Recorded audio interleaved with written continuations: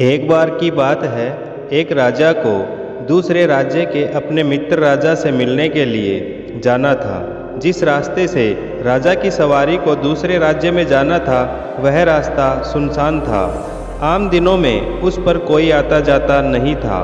ऐसी सुनसान सी जगह देखकर एक साधु महात्मा ने अपनी समाधि लगा ली कि यहाँ कोई आता जाता तो है ही नहीं, और वह साधु समाधि लगाकर समाधि में लीन हो गया। राजा की सवारी के जब दूसरे राज्य में जाने के कुछ दिन शेष रह गए तो राजा की सवारी गुजरने वाले रास्तों पर सफाई शुरू कर दी गई।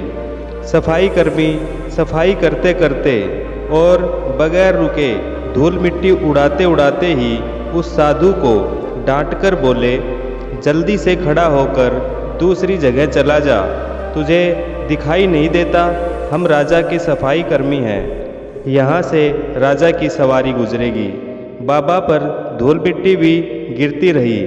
जब 2-3 बार डांटने पर भी बाबा नहीं उठे तो वे सफाई कर्मी जोर से डांटकर बोले, खड़ा हो जा बाबा। तब समाधि में लीन साधु ने आंखें खोली और उनकी ओर देखने के बाद बोला, भगवान की बड़ी कृपा हो गई, और फिर आंखें बंद कर ली। सफाई कर्मियों ने जाकर साधु के रास्ते से न उठने की बात सिपाहियों से बताई।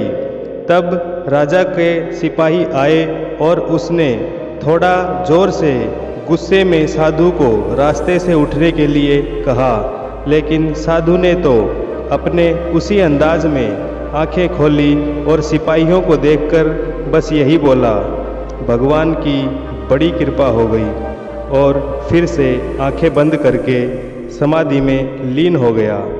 सिपाहियों ने साधु के रास्ते से न उठने की बात जाकर सेनापति को बताई, तो सेनापति ने आकर बड़े रौब से ही साधु को रास्ते से उठने के लिए कहा, लेकिन साधु ने तो अपने उसी अंदाज में आंखें खोली और सेनापति की ओर देखकर बोला, भगवान की बड़ी कृपा हो गई, और फिर से समाधि में लीन हो गया।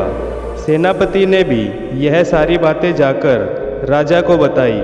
तब तक राजा की सवारी का भी उस रास्ते से गुजरकर दूसरे राज्य में जाने का समय हो गया था। उसके बाद राजा अपनी सवारी में आया, और जब राजा की सवारी समाधि में बैठे साधु से थोड़ी दूर रह गई, तभी राजा ने अपने रथ को वहीं दूर रुकवाया और वहां से पैदल चलकर बगैर धूल मिट्टी उड़ाए और बगैर शोर शराबा किए चुपचाप साधु के पास आया, और थोड़ा दूर से ही साधु को झुककर प्रणाम करके चुपचाप खड़े होकर साधु के समाधि से उठने का इंतजार करने लगा। कुछ देर बाद जब साधु बाबा ने आंखें खोली तो राजा को देखकर बोले, भगवान की बड़ी कृपा हो गई। राजा ने साधु को प्रणाम किया और अपने सेनापति को अपनी सवारी दूसरे रास्ते से ले चलने का आदेश दिया, और साधु बाबा से किसी भी प्रकार की आवश्यकता के बारे में पूछकर और आशीर्वाद लेकर चलने लगे। तो राजा ने साधु बाबा से अपने सिपाही और अपने सफाई कर्मियों और अपने सेनापति और खुद राजा को कहे गए बाबा के शब्द, भगवान की बड़ी कृपा हो गई, के बारे में साधु बाबा से पूछा। तब साधु बाबा ने राजा को बताया कि जिस इंसान के जैसे पूर्व जन्म के कर्म होते हैं, उसी के अनुरूप उसका स्वभाव और उसको पद प्राप्त होता है, लेकिन स्वभाव में तो इंसान अपना बदलाव कर ही सकता है। उसी के अनुरूप परमात्मा ने उसको यह पद प्रतिष्ठा प्रदान की है। जैसे आपके सिपाही, सैनिक, सेनापति और आप खुद राजा, सभी को उन्हीं प्रारब्ध के अनुसार, पिछले जन्मों के कर्मों के अनुसार ही पद प्रतिष्ठा प्रदान की हुई है।